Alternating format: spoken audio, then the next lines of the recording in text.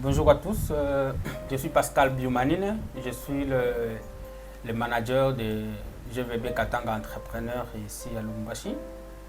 Je suis aussi le fondateur d'une entreprise appelée Mangali Renge ici à Lubumbashi. Mais à Goma, je viens de Goma avec précision, parce qu'à Goma je suis cofondateur d'une entreprise, de deux entreprises. Une entreprise s'appelle FreeJoy, nous sommes dans l'élevage des frétés frais et le séchage de ces frétés frais.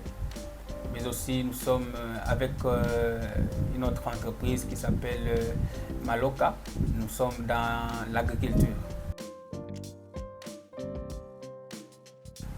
Alors, je vais partager des choses. La première chose, c'est la première expérience avec l'entreprise, avec l'entrepreneuriat, surtout l'entreprise Maloka Business, avec laquelle nous sommes investis dans la production de piments.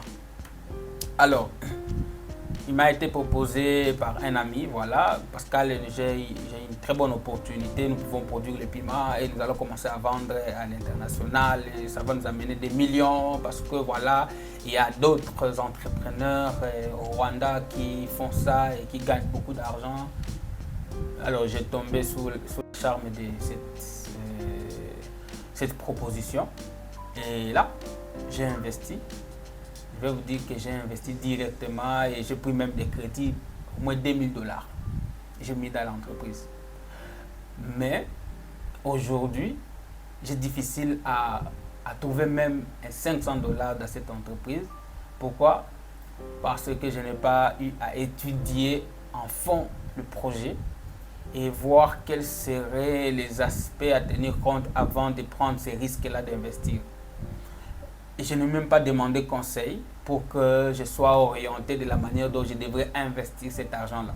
Parce que si j'aurais demandé des conseils, des orientations, je n'aurais pas perdu autant d'argent que j'ai investi. Je suis encore trop jeune et que c'est beaucoup d'argent pour lancer même une autre grande entreprise. Et aujourd'hui, ça me fait mal. À chaque fois que j'y pense, je me dis, ah, j'ai raté une opportunité d'apprendre comment investir, comment prendre des risques dans une entreprise et de ne pas perdre, de ne plus perdre. Et je pense aujourd'hui, avec la maturité que ces défis que j'ai eu à avoir dans mon entreprise, ce défi m'a rendu mature pour d'autres décisions que je dois prendre en tant qu'entrepreneur. Et ça, c'est très important. Avoir chaque décision en tant qu'entrepreneur, surtout la décision d'investir dans une entreprise, il faut toujours prendre le temps de voir les tenants et les aboutissants, d'apprécier chaque aspect.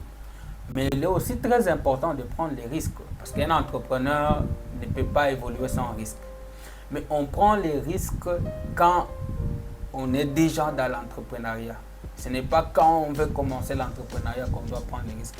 C'est quand on est déjà dans l'entrepreneuriat, quand tu es déjà dans une activité et que l'activité est en train d'évoluer, c'est là que tu peux te dire, ici je peux prendre les risques d'investir. Mais si tu te permets de prendre les risques d'investir, surtout beaucoup d'argent, pour une entreprise qui commence directement, c'est pas bon. Il est toujours intéressant quand on est entrepreneur de commencer petit, mais avec une grande vision. Commencer petit, investir petit, avec une grande vision et au fur et à mesure de l'évolution des choses que tu seras en train d'adapter tes investissements. Ça, c'est une des grandes leçons que j'ai voulu partager avec vous, les jeunes entrepreneurs, vous qui voulez vous lancer dans l'entrepreneuriat, vous qui êtes déjà dans l'entrepreneuriat et qui aimeriez prendre des risques. Prenez les risques avec la taille de l'entreprise, allez-y petit à petit, mais avec une grande vision. Ça, c'est une très grande leçon pour moi et que je vous partage. Aujourd'hui, je prends vraiment du temps d'apprécier chaque décision financière que je dois prendre. Surtout que je suis déjà marié, ça je devrais le préciser. Je ne suis pas célibataire, je suis marié à une jolie dame qui s'appelle Lydie. Je l'appelle Miss Africa. Alors, deuxième leçon que je pourrais bien vouloir apprendre bien avant. C'est comment, surtout dans les domaines, maintenant ça c'est dans les domaines sociaux, comment conserver des relations pour que les relations produisent Bon, les relations doivent produire normalement. Alors, j'ai eu à rencontrer beaucoup de grandes personnes. J'ai eu à gagner des contacts avec eux dans différentes activités à laquelle j'ai pris part. Parce que d'ailleurs, à l'université, j'ai dirigé une grande structure appelée Programme d'accompagnement des étudiants. Et là, nous avons accompagné des jeunes dans l'entrepreneuriat, dans le développement, dans des projets, des conceptions de projets.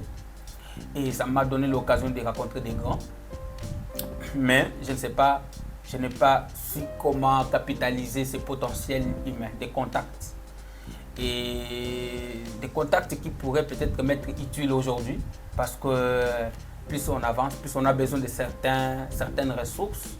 Et des ressources qu'on a déjà rencontrées, mais qu'on n'a pas su comment développer ces connaissances, comment faire grandir ces connaissances. Aujourd'hui, ça c'est une des grandes leçons que je vais partager avec les jeunes. À chaque fois que vous rencontrez une grande personnalité, rassurez-vous que vous avez d'abord ces contacts, que vous avez le temps d'échanger avec lui, si c'est sur son sujet de prédilection, ce qu'il aime.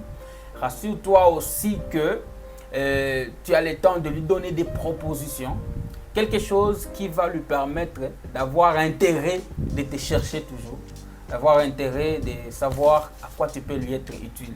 Et c'est très important. Et c'est aujourd'hui que je suis en train d'apprendre ça. Je suis en train d'apprendre davantage sur chaque type de mes relations. Qu'est-ce que je dois développer pour que je conserve telle relation, afin que la personne, autant je trouve intérêt chez lui, autant il trouve intérêt chez moi. Voilà les deux grandes leçons que je voudrais bien apprendre bien avant, mais que j'ai appris avec retard. Mais il n'est pas encore tard parce que je continue à apprendre et je continue à me développer, à devenir encore meilleur qu'hier. Voilà, merci beaucoup et bonne chance à vous. Surtout, soyez aussi confiants en vous-même parce qu'il est très important dans chacune des choses que je viens de dire là.